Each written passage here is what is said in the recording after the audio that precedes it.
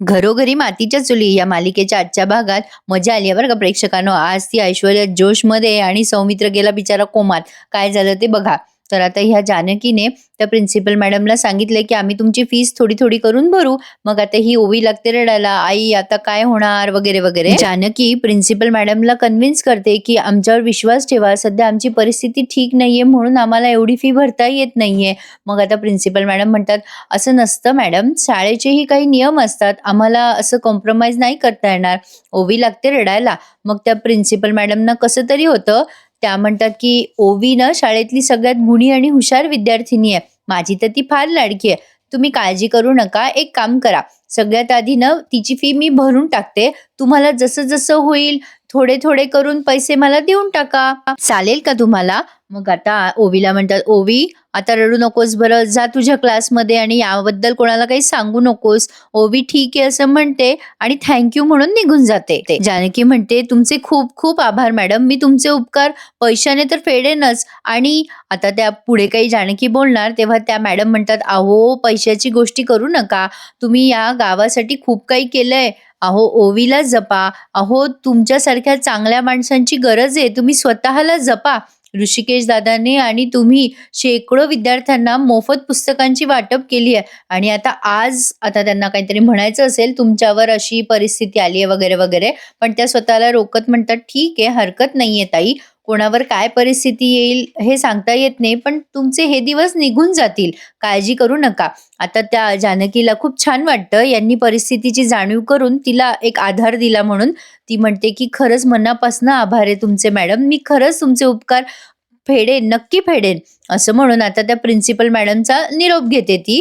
आता इकडे बघा, ही ऐश्वर्या गेली माहेरी. बरं या ऐश्वर्याला काही पाडवा भाऊबीज काही नाहीये का, म्हणजे ती दिवाळीला तिथेच होती सासरी. बरं होतीच्या होती ठीक आहे हरकत नाहीये, पण तिच्या वडिलांना ऑप्शन करताना दाखवली नाही, काही नाही, फक्त कटकार असताना करताना दाखवतात तिला. आता ते तिचे वडील म्हणतात, चल ऐश्वर्या आलीचेस तर जेवून जा, तुझ्या आईने बिर्याणी केली आहे. ऐश्वर्या म्हणते, काय बिर्याणी काढताय तुम्ही डॅडा, ते सौमित्र नावाचं हाडूक अडकलंय माझ्या गळ्यात, काय डायलॉग घेतलाय. आता ते तिचे वडील म्हणतात, अगं विसरशील तू त्याला, एक मिनिटात तू बिर्याणी तर खा.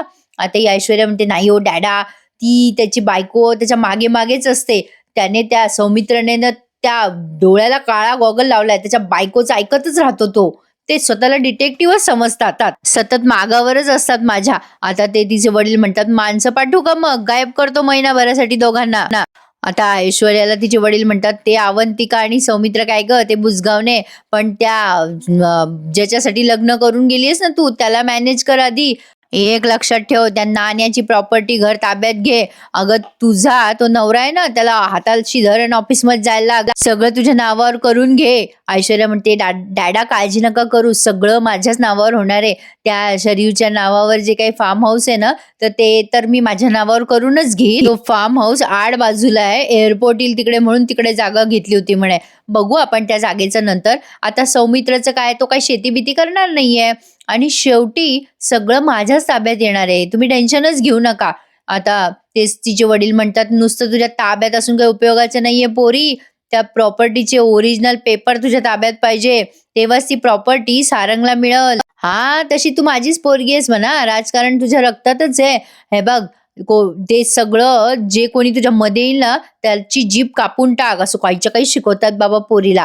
आता ती ऐश्वर्या म्हणते, तुम्ही नका काळजी करू डॅडा, माझ्या सगळं लक्षात आहे, आता मी सगळं काही व्यवस्थित करेल. सगळ्यात आधी तर त्या प्रॉपर्टीचे पेपर शोधणार आहे मी आणि ते मी शोधून काढेलच. आता प्रेक्षकांनो, माझा असा अंदाज आहे, ज्या अर्थी त्यांनी हा सीन दाखवलाय ना, त्या अर्थी त्या देवघरामध्ये नक्की प्रॉपर्टीचे पेपर असणार. तुमचा अंदाज मला कमेंट करून सांगा, कारण लगेच त्यांनी या जानकीच्या त्या देवघराचं सीन दाखवलाय. आता ती सगळं पुन्हा एकदा रिपीट आठवत असते. तिला हकललं, तिची आतापर्यंतची परिस्थिती काय झाली काय नाही ते सगळं आठवून तिला खूप वाईट वाटत असतं. आणि आता ती देवघरातल्या देवांशी संवाद साधताना दाखवली आहे. ती देवाला म्हणत असते, देवा अजून आमचे किती संघर्ष बघणार आहेस, किती परीक्षा बघणार आहेस आमची. पूजा करता करता ती बोलतीये देवाशी, पाठीशी आपली माणसं नाही आणि गाठीशी पैसाही नाही, माझ्या लेकीच्या शाळेची फीस भरायची आहे मला, कुठून आणू मी इतके सगळे पैसे, आपल्या माणसांची साथ सुद्धा नाहीये आम्हाला. देवा आम्ही काय करायचं, पैसे सुद्धा नाही ठेवले तू, कसं जगायचं आम्ही? ऋषिकेशला आणि मला, आम्हाला चालेल आमच्या आयुष्यात उजेड नसला तरी, पण माझ्या लेकीच्या आयुष्यात अंधार नको करूस रे देवा. का असं करतोयस देवा तू? का आमची परीक्षा घेतोयस? जानकी देवाशी असा संवाद साधतच असते. आता देवघर पुसता-पुसता तिला ते लॉकर सापडतं. पण आता बघा प्रेक्षकांनो, हातातोंडाशी आलेला घास त्यांनी वापस नेलाय. आता ही जानकी म्हणत असते, "देवा तू काहीतरी चमत्कार घडव बाबा, काहीही चमत्कार घडव." आता त्या लॉकरला ते फडकं असं अडकतं, पण तेवढ्यात तिला फोन येतो आणि तो फोन असतो अवंतिकाचा. म्हणजे देवघरामध्ये जे काही सापडायचंय ते मागे राहून गेलंय. तर आता अवंतिका फोनवर म्हणते, "वहिनी कशा आहात तुम्ही?" "मी बरी आहे. तुम्ही ठीक आहात ना सगळे?" "अहो वहिनी सहजच फोन केला होता मी. मला विचारायचं होतं की तुमच्याकडे खर्चासाठी वगैरे पैसे आहेत ना?" "अहो मला असं कळलं की सगुणाच्या सगळं म्हणजे हॉस्पिटलचा खर्च तुम्ही केला. सांगा ना वहिनी काही अडचण आहे का?" जानकी तिला म्हणते, "नाही गं, छे कसला प्रॉब्लेम? ऋषिकेशने कुस्तीमध्ये जिंकले ना तेवढे पैसे आहेत काही राहिलेले आणि काही टेन्शन घेऊ नकोस तू, अडचण काही नाहीये. अवंतिका तुला माझ्यासाठी काही करायचं असेल ना तर आपल्या घरातल्यांना जप, त्यांची काळजी घे. तुला माहिती का म्हणजे तू ना जरा गरम डोक्याची आहेस. त्यामुळे तुला खोटं सहन होत नाही. तू लगेच चिडतेस बघ खोटं असलं समोर की. तू ऐश्वर्यापासून जरा जप." आता अवंतिका म्हणते, "वहिनी तुम्ही मला सांगितलं होतं ना, की तू जिभेची धार वाचवून ठेव, लक्ष्मीपूजनाच्या वेळेला बोलला होतात ना तुम्ही. आता अजून तुला बऱ्याच लढाया लढायच्या आहे. तसंच मी वागतेय बरं का." आता जानकी म्हणते, "अगं बाई अवंतिका, किती समजूतदार झाली आहेस तू. तुझं पणा बघायला मी तिथे असायला हवे होते." आता असं बोलते जानकी आणि स्वतःला एकदम रोखते. आता अवंतिका म्हणते, "अहो वहिनी कशाला काळजी करताय? तुम्ही या घरामध्ये परत येणार. हा शब्द आहे सौमित्रचा आणि माझा." जानकी म्हणते, "हो अवंतिका, मी तुझ्यावर जबाबदारी टाकली आहे घर सांभाळण्याची आणि एकत्र ठेवण्याची. ती जबाबदारी तू नीट सांभाळ हं." अवंतिका म्हणते, "वहिनी, हो, तुम्ही आता काहीच काळजी करू नका आणि हे बघा काही जरी अडचण असली ना तुम्हाला आर्थिक, तर मला आठवणीने फोन करा हं. तुमच्या फोनची मी वाट बघेल." तर आता जानकी म्हणते, "हो अवंतिका, हरकत नाहीये. प्रेक्षकांना आवडतोय ना रिव्ह्यू ऐकायला, मग एखादा लाईक करून टाका की आणि फारच आवडत असेल तर ज्यांनी अजून चॅनल सबस्क्राईब केले नाही त्यांनी चॅनलही सबस्क्राईब करा. अजून खूप साऱ्या प्रेक्षकांनी चॅनल सबस्क्राईबच नाही केलंय. असं नका करू ना हो. मलाही असं वाटतंय की माझ्या चॅनलचे 1,00,000 सबस्क्रायबर लवकरात लवकर पूर्ण होवोत. तर आता प्लीज हे सगळं तुमच्या हातात आहे. चॅनलला सबस्क्राईब करा आणि लवकर माझे 1,00,000 ची फॅमिली पूर्ण करा." तर आता अवंतिकाचं आणि या जानकीचं बोलणं अशा पद्धतीने कंप्लीट झालंय. थोडंच बोलतात दोघी एकमेकींशी. आता ही जानकी फोन ठेवते आणि पुन्हा एकदा ते देवघर पुसायला लागते. पण आता त्या देवघरातलं जे काही सत्य आहे, गुपित आहे ते काही रिव्हील केलेलं नाहीये. आता जानकी देवाजवळ बसते आणि म्हणते, "देवा, मला अवंतिकाशी बोलल्यानंतर जरा पॉझिटिव्ह फील होतंय हं. खरंय, माझे लोकं हे माझेच आहेत. आता मी लढणार आहे. ऋषिकेश सोबत आता मी माझाही हातभार या घराला लावणार आहे." असं विचार करून जानकी आता जॉब करायचं ठरवते. जानकी ही वेल एज्युकेटेड आहे, खूप शिकलेली मुलगी आहे. आता फक्त आधी गरज नव्हती परिस्थितीमुळे म्हणून तिने जॉब केला नाही. पण आता ती तिचे सगळे डॉक्युमेंट्स वगैरे घेऊन जॉब शोधायला जाते. तिथे तिच्यासोबत काय होतं ना ते बघत राहा प्रेक्षकांनो. जानकीने देवाजवळ प्रार्थना केली आहे आणि दिवा लावलाय. आता बघूया जानकीला कशी पॉझिटिव्हिटी मिळते. पण आता इकडे बघा यांच्या घरामध्ये म्हणजे त्या सुमित्राताई त्या नानांना जेवू घालत असतात. आता जसं जानकीच्या डोळ्यासमोरून तो प्रसंग जात नाहीये, तसंच नानांच्या डोळ्यासमोरून पण जाईना. ओवीसाठी त्या ऐश्वर्याने त्यांना ब्लॅकमेल केलं ना, तो प्रसंग त्यांना आठवतो आणि आपल्यामुळे जानकी आणि ऋषिकेश बाहेर गेले त्याचं गिल्ट त्यांच्या मनात असतं. तो सतत तोच विचार करत असतात हे नाना. आता त्या सुमित्राताई म्हणत असतात, "हे सूप पिऊन घ्या बरं, तुम्हाला हे पिणं गरजेचं आहे." पण नानांचं काही लक्ष नसतं. ते त्यांच्या विचारांच्या तंद्रीत असतात. त्यांना आता ना सौमित्राला काहीतरी सांगायचंय. ते सूप प्यायला नकार देत असतात. या सुमित्राबाई म्हणतात, "काय झालं अहो तुम्हाला? घ्या ना सूप, तुम्हाला बरं वाटणार नाही त्याशिवाय." पण नाना नाही नाही म्हणतात. पण सुमित्राताई ऐकत नसतात म्हणून नाना आता त्यांची खुर्ची पूर्णपणे बाजूला वळवतात. अवंतिका येते तेवढ्यात आणि म्हणते, "काय झालं आई? काय म्हणतायत नाना?" आता ह्या सुमित्राबाई म्हणतात, "बघ ना बाई, ऐकतच नाहीयेत ते माझं. काय म्हणताय कोणास ठाऊक." आता अवंतिका म्हणते, "नाना अहो असं काय करताय? सूप पिऊन घ्या ना. तुम्ही सूप पिला नाही ना तर मी सौमित्राला बोलवेल हां." आता ती जेव्हा सौमित्राला बोलवेल असं म्हणते, तेव्हा नाना लगेच खाणाखुणा करायला लागतात. ते आता त्यांना बोलता येत नाही आपल्याला तर माहिती आहे. मग आता त्यांना कसं सांगावं ते कळेनाच. शेवटी ते टिकली आणि मंगळसूत्राकडे बोट दाखवतात या अवंतिकाला. आता अवंतिकाला ते कळतं, ती जरा स्मार्ट मुलगी आहे ना म्हणून. अवंतिका म्हणते, "काय म्हणताय नाना? टिकली, मंगळसूत्र म्हणजे सौमित्राला भेटायचंय का तुम्हाला?" आता ह्या नानांना जे सांगायचंय ते अवंतिकाला लक्षात आलं. त्यामुळे नाना खुश होतात आणि असं "हं, हं, हं, ते" असं म्हणतात. आता अवंतिका म्हणते, "बरं, बरं नाना, मी लगेच बोलवते हं सौमित्रला, आलेच." आता या सुमित्राबाई अवंतिका गेल्यानंतर पुन्हा एकदा या नानांना म्हणजे सूप पिण्यासाठी आग्रह करतात. पण नाना बिचारे काही सूप प्यायला तयार नाहीयेत. पण आता बघा प्रेक्षकांनो, मी जे म्हटले होते ना काल परवाच्या भागात, या ऐश्वर्याला दवाखान्यात दाखवायची गरज आहे. लिटरली तिला दवाखान्यात दाखवायची गरज आहे. तिने काय केलं बघा आता, हा सौमित्र त्याचं त्याचं काम करत असतो. तेव्हा ऐश्वर्या त्याच्या खांद्यावर हात ठेवते. सौमित्र अगदी घाबरा-घुबरा होऊन तिच्याकडे बघतच राहतो. ऐश्वर्या जरा वेगळ्याच मूडमध्ये, त्यामुळे सौमित्र घाबरलाय. सौमित्र म्हणतो, "काय झालं? माझा स्पर्श तुला तुझ्या बायकोच्या स्पर्शासारखा वाटला का?" आणि सौमित्र आला टेन्शनमध्ये. इकडे जानकी इंटरव्ह्यूसाठी एका ठिकाणी आली आहे आणि ती खूप घामाघूम झाली आहे. त्यांना असं बिचारं वगैरे खूप दाखवतात ते. तिथे बसून ती पाणी पीत असते, तेव्हा त्या ऑफिसमधले पिऊन दादा येतात आणि म्हणतात, "जानकी ताई तुम्ही इथे? अहो बसा ना बसा. तुम्ही इथे कशा काय आलात?" "अहो कुस्ती बघायला आलो होतो मी. काय मस्त खेळले ऋषिकेश दादा.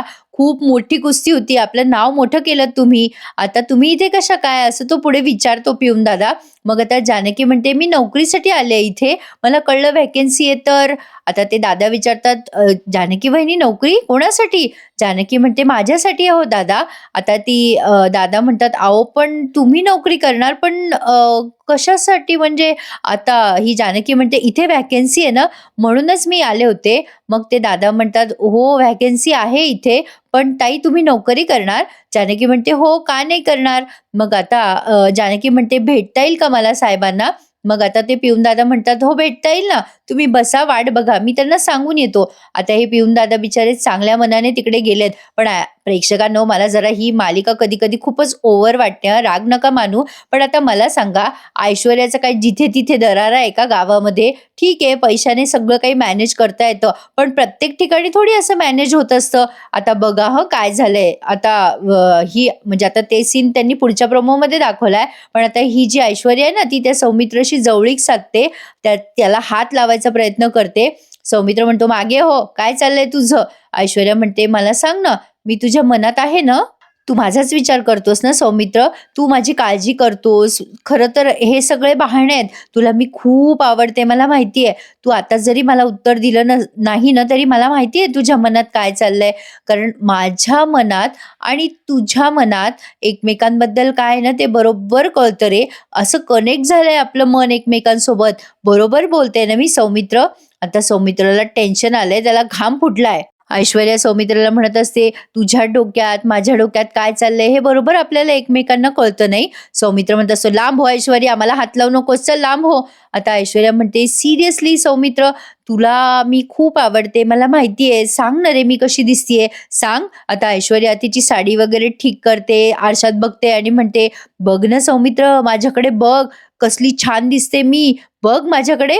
आता सौमित्र म्हणतो, "एक नंबरची स्वार्थी बाई आहेस तू, घर फोडणारी बाई आहेस. मला ना तुझ्याशी अजिबात बोलायची इच्छा नाहीये आणि तू नको ते डोक्यात आणून इथे माझ्याशी जवळीक साधायचा प्रयत्न करू नकोस ऐश्वर्या. मागे हो. तुझी कुठलीही चाल मी आता चालू देणार नाहीये."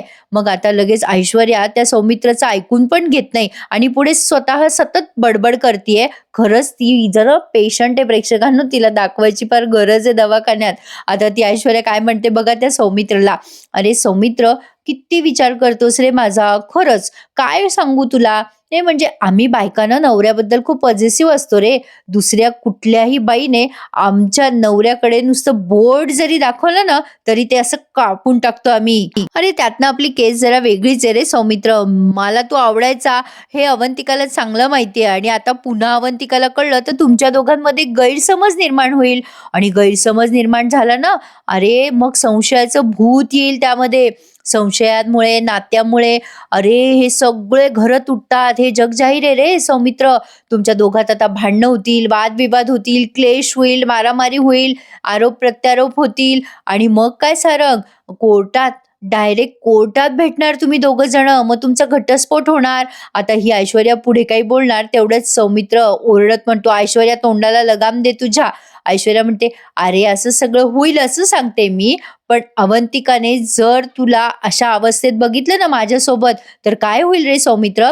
आता या सौमित्राचा हात तिने घट्ट धरलाय आणि नेमकी तेव्हा अवंतिका येते आणि काहीतरी काम घेऊन आली आहे. ती अवंतिका सौमित्राला म्हणत असते, अरे सौमित्र, आणि या दोघांना असं हातात हात घेतलेला ती बघते. आणि आता त्यांनी हा भाग इथेच संपवलाय प्रेक्षकांनो. आता पुढचा भाग बघायला जास्ती मजा येणार आहे तुम्हाला, कारण जानकीला जॉब मिळालाय, पण कुठला तरी विचित्रच जॉब तिला दिलाय. काय दिलाय हे तुम्हाला प्रोमो मधून कळलंच असेल.